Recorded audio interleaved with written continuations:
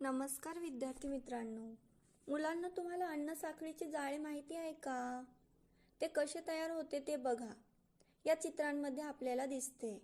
बघा, सुरुवातीला गवत, त्यानंतर उंदीर, साप, त्यानंतर गरुड. आता या चित्रांमध्ये दाखविल्याप्रमाणे गवत हे उंदीर खात असतो आणि उंदराला साप खातो. त्यानंतर सापाला गरुड खातो. हे त्यांचे भक्ष्य आहे. असे अनेक प्राणी एकमेकांना खात असतात आणि त्यांपासून अन्न साखळीचे जाळे तयार होते. अशाच एका कवितेच्या माध्यमातून अन्न साखळीचे जाळे कसे तयार होते हे आपण बघणार आहोत. तर मुलांनो, आज आपण विषय मराठी इयत्ता 8वी पाठ क्रमांक 17 या कवितेतील कवी हर्ष सदाशिव परचुरे यांची अन्नजाल ही कविता अभ्यासणार आहोत. प्रथम आपण कवींचा परिचय बघूयात. कवी सदाशिव परचुरे यांचा जन्म 1979 मध्ये झाला. प्रसिद्ध कवी व लेखक सह्याद्रीच्या दऱ्याखोऱ्यातून भटकताना वाढलेल्या जाणीवांमधून परिस्थितीचा अभ्यास करण्याची गरज जाणवली. पलास आणि इकॉलॉजिकल सोसायटी ऑफ इंडिया यांचा परिस्थितिकीचा अभ्यासक्रम त्यांनी पूर्ण केला. कॉलेजच्या दिवसात निर्माण झालेली गद्य आणि पद्य लेखनाची आवड पुढे वाढत गेली. वर्तमानपत्रातून भटकंतीवर लिखाण केले. पुढे वनाचे श्लोक हे परिस्थितिकीवरचं आगळं वेगळं लेखन त्यांनी केले. आज ते त्यांच्या कविभूषणाच्या काव्यावरील अभ्यास व व्याख्यान आणि वनाचे श्लोक यासाठी ओळखले जातात. निसर्गात सर्व सजीव आणि निर्जीवात परस्पर संबंध असतात. ते उत्तरोत्तर गाढ आणि क्लिष्ट होत जातात. जीवसृष्टी निर्माण होताना लाखो वर्षात अन्न साखळ्या तुटत गेल्याने निसर्गानेच अन्नजाल निर्माण केले. म्हणजे प्रत्येक जीव एकापेक्षा जास्त जीवांना खाऊन जगू लागला. त्यामुळे या अन्नजाल्यात काही जीवजाती नष्ट झाल्या तरी ते पूर्ण नष्ट होत नाही, मात्र ते नक्कीच कमकुवत होतं. हेच या वनाचे श्लोक मधून घेतलेल्या पद्याचे सार आहे.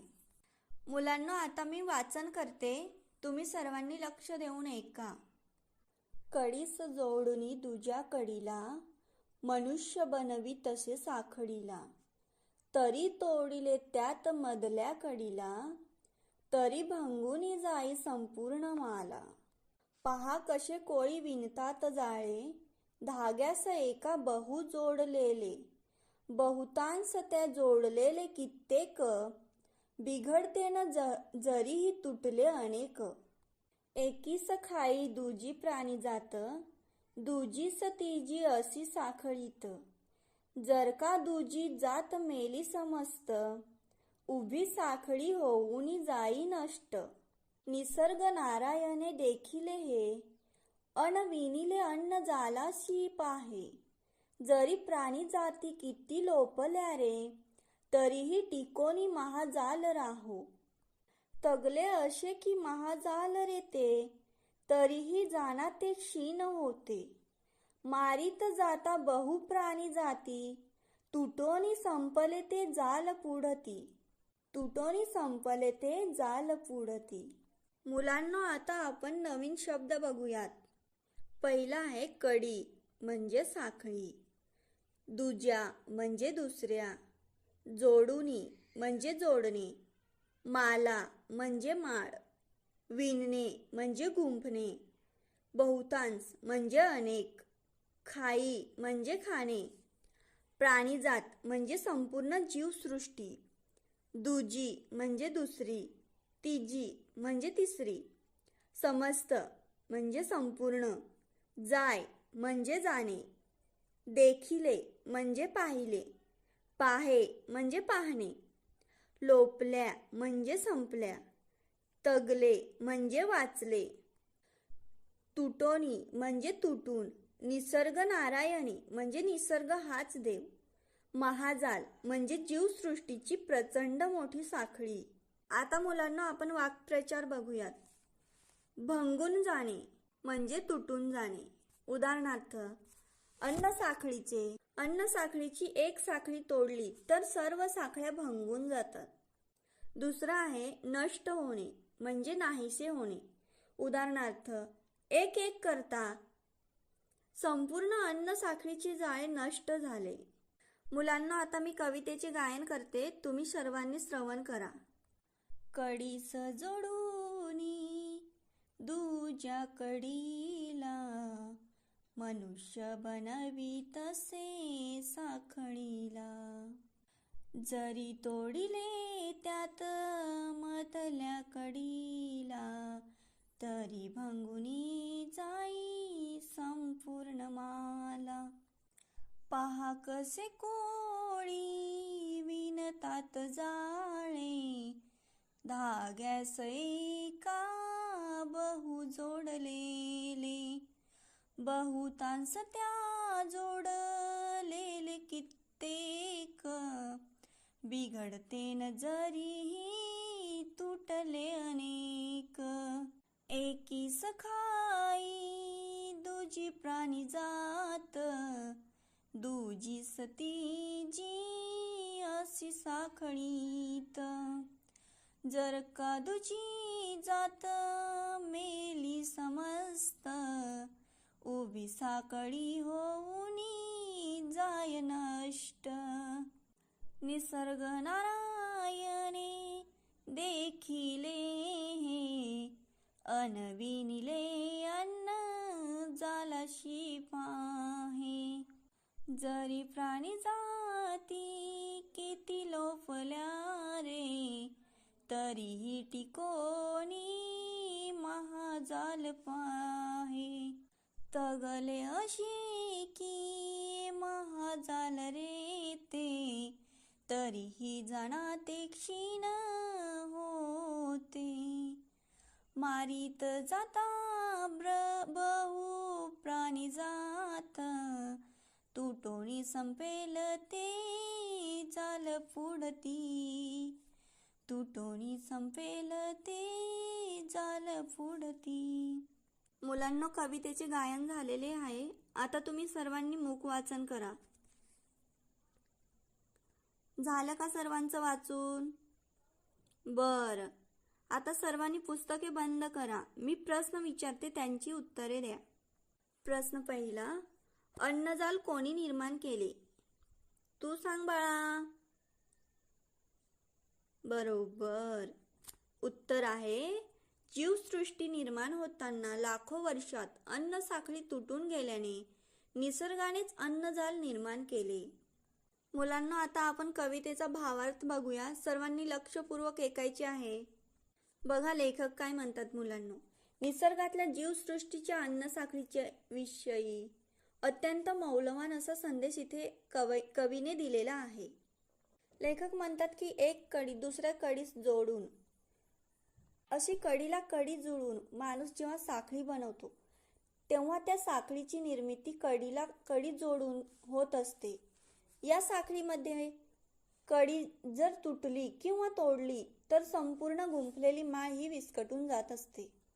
आता एका धाग्याला अनेक धागे जोडलेले असतात. त्या अनेक तंतूंना अनेक तंतू जोडलेले असतात, परंतु त्या संपूर्ण जाळ्यामध्ये अनेक धागे जरी तुटले तरी ते जाळे न बिघडता अखंड राहते. आता जगात एक प्राणी दुसऱ्या प्राण्याला खातो. बघा मुलांना, दुसरा प्राणी तिसऱ्याला खातो. असा व्यवहार सर्वत्र चालू असतो. म्हणजे मोठा प्राणी हा लहान प्राण्यांना खात असतो, त्याला त्यापेक्षा मोठा प्राणी खात असतो. याप्रमाणे जगातही व्यवहार चालतो. आता बघा मुलांनो, एक दुसऱ्याला लुबाडतो तर दुसरा माणूस तिसऱ्याला लुबाडतो. याप्रमाणे एकमेकांवर मात करीत जगात लोकांचा व्यवहार चालू असतो.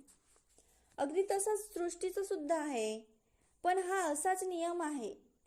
एका प्राण्याला दुसरा प्राणी खातो, न दुसऱ्याला तिसरा, असा त्यांचा अन्न साखळीचा जाळे तयार होते. आता जर दुसऱ्या प्राण्यांची जमात सगळीकडे मेली तर सगळीकडे अखंड साखळी नष्ट होऊन जाईल. निसर्ग देव सुद्धा या अन्न साखळीचे व ती मध्येच तुटण्याचे रहस्य जाणतो, असे इथे लेखकांनी म्हटले आहे.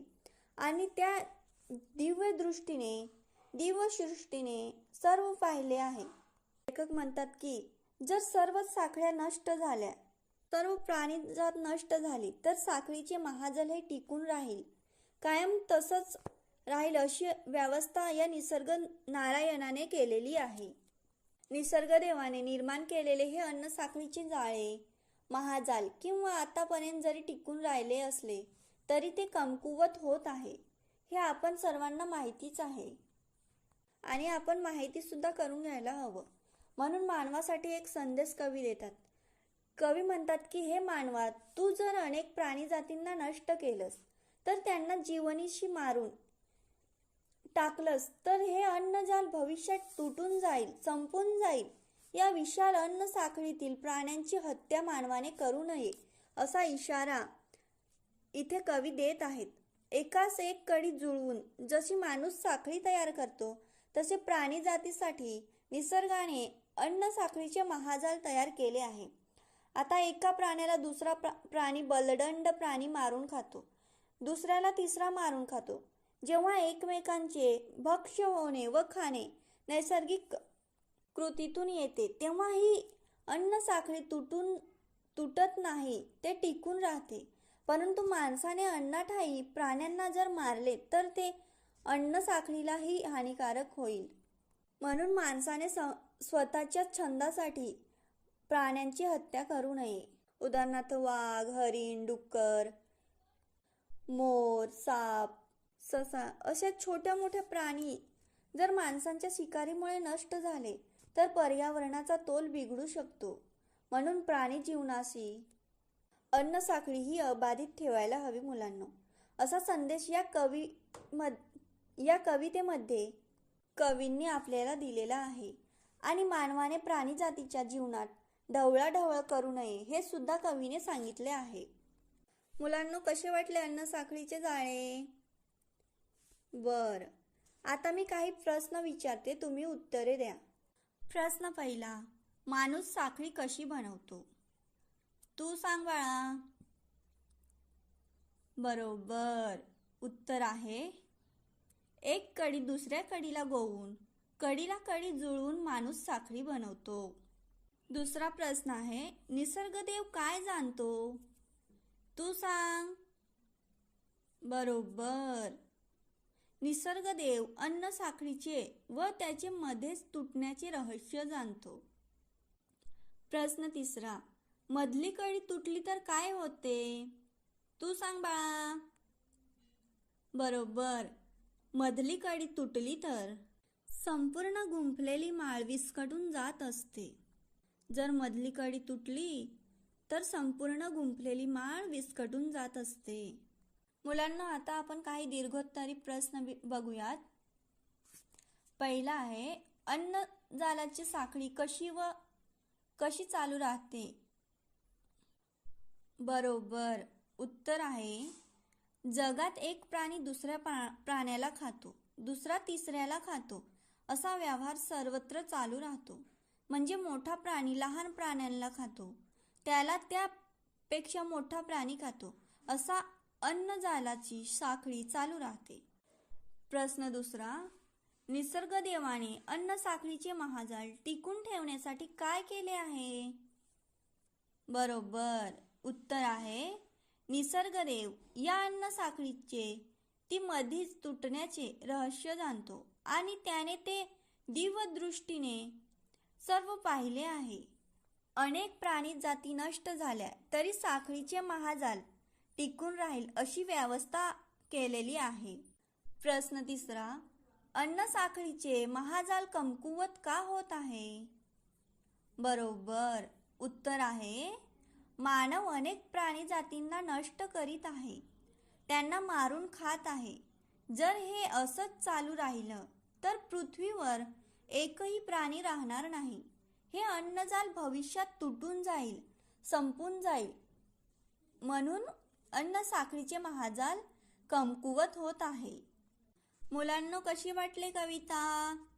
अन्न साखळीची जाळे तुम्हा सर्वांना समजलं का? बरं, आता मी तुम्हाला ग्रहपाठ देते. सर्वांनी वही आणि पेन घ्या बरं, आणि ग्रहपाठ वहीत लिहून घ्या. बघा, ग्रहपाठ देते हा.